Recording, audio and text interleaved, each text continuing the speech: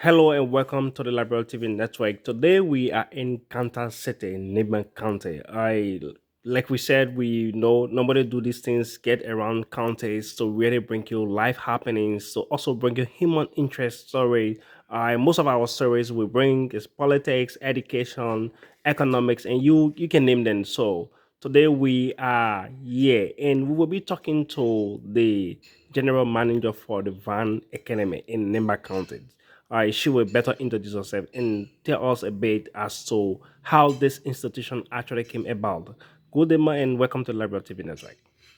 Thank you, Francis. Thank you so much for coming to our call to travel from Monrovia all the way here.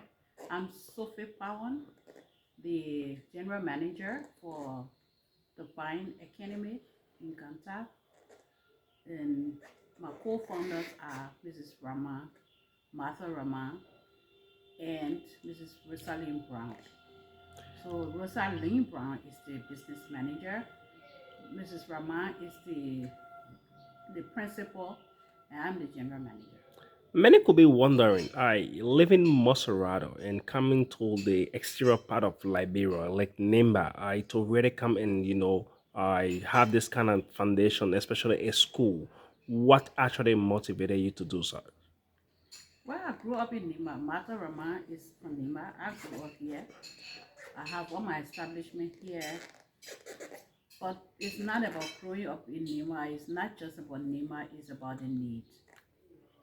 So we, Martha and I went to St. Mary's High School, and we always talk about how to give back to the community. So the first community to give back to is Nimba County, and so we decided to start here in Ganta. And then Mrs.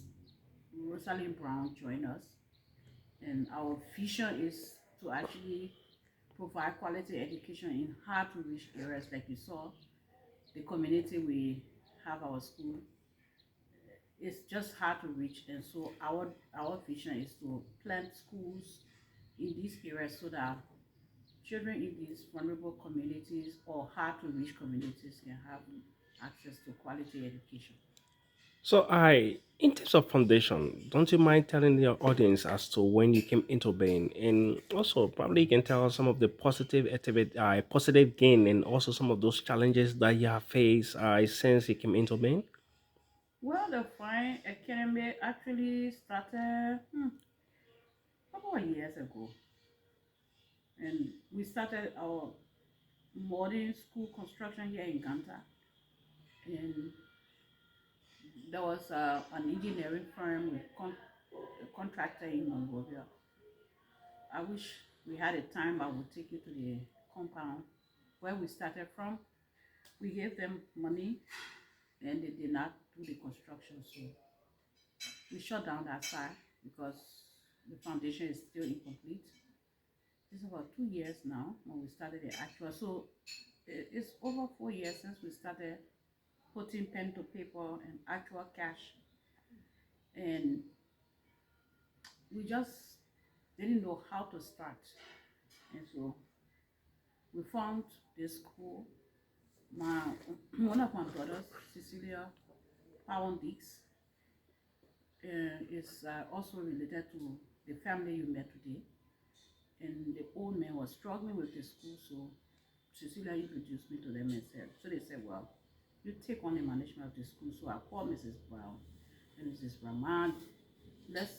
We shouldn't give up on our dream because we were duped by engineers. So they agreed and we put money together and we started the work there. We expanded the school, we did the roofing, and then unfortunately, some heavy wind came last year, took off the entire school roof. So we said, well, we'll just add additional classrooms and then re-roof the school. So that's how we find ourselves in Nema in Kanta. Of course, I'm here. I live here also. I'm in between Kanta and Monrovia. So it seems that there have been some challenges, really, and it has led to something positive.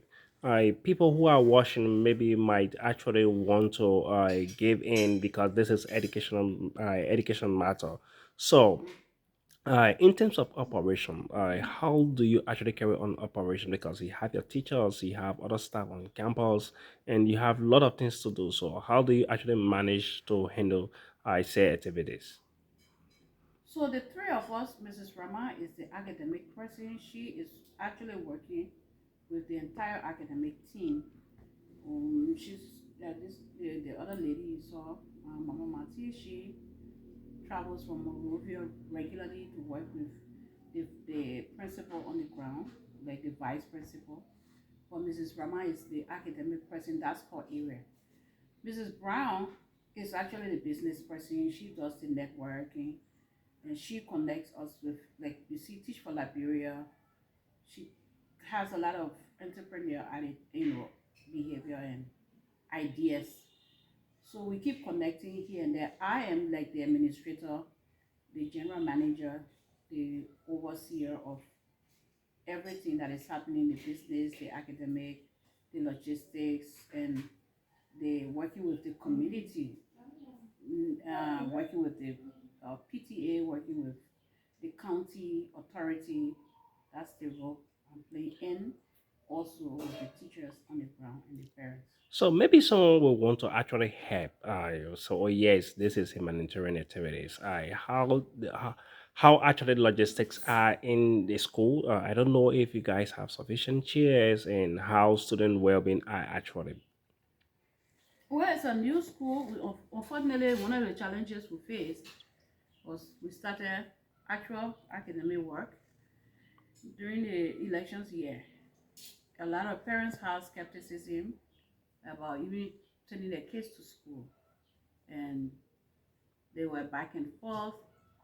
The other challenge is it's a new community, and there was a community school there with different level of quality. So all of those things put together, it was quite difficult for parents. So we understood their issues, and as the issues came up, we tried to address them. One of them, the low enrollment, the issue regarding tuition. So right now, it's not even tuition. Like I think 17,000 Liberian dollars is what these parents are paying.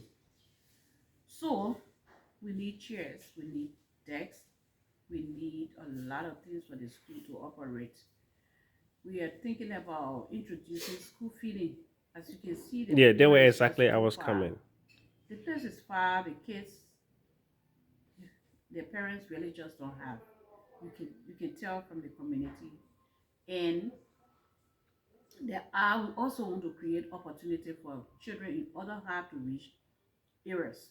So we are looking out for a bus that will bring the teachers and the students to the school, because we also want other communities to benefit from that community to contact central place is around 100 to $150 on motorbike.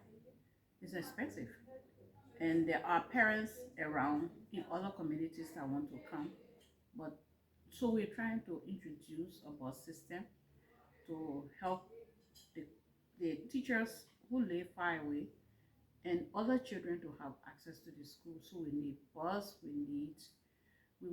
we'll introduce school feeding, so we need people to come in to help us with the school feeding.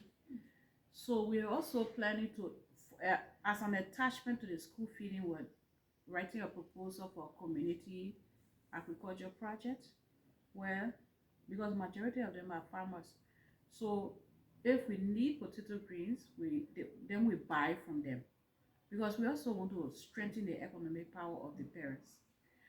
So if the day we are cooking cassava leaf or so, then we buy from the community. So we have wedding agriculture, which I'm part of, to help the farmers to do smart farming, so that we can have those commodities, the food items we need right in the community.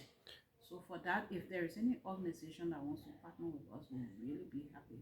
So that the kids themselves, you know, can be part of the school gardening, communities grow, we buy from them, etc.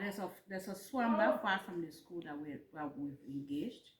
So we start to produce rice and other things. So I probably someone will want to like say, "Oh, I want to tap in, I want to partner with this institution." Do you have any contact or email that you can just call out? Maybe people can trace you through. I said, media. So they can contact me on WhatsApp number. My WhatsApp numbers are 0776 573322 and 0886 517706. Do you have anything else to say to the audience? So I just want to appeal to people in and out of Liberia to help us. You saw the girls program, the Let's Girls Drive. You saw the all the girls today. So majority the let Teach for Liberia is helping. We brought them into the community, but we did not want to own them, so we open them up. So Teach for Liberia is working with the entire community and other schools and girls also who are not in school. So we need people to come in to help Teach for Liberia as well because we are in partnership with Teach for Liberia. You saw they brought us two teachers.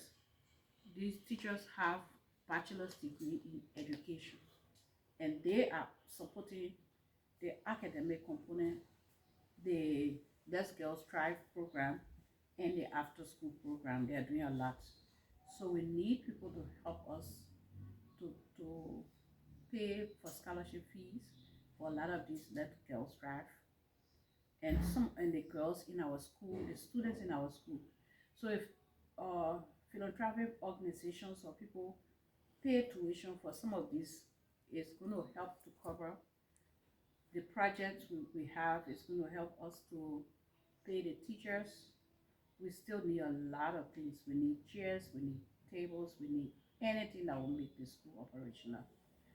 Mrs. Rama is bringing in textbooks this year. I've also written textbooks, and we are bringing all of those in so that each child will carry on a textbook, a workbook, and then we have teachers' guides.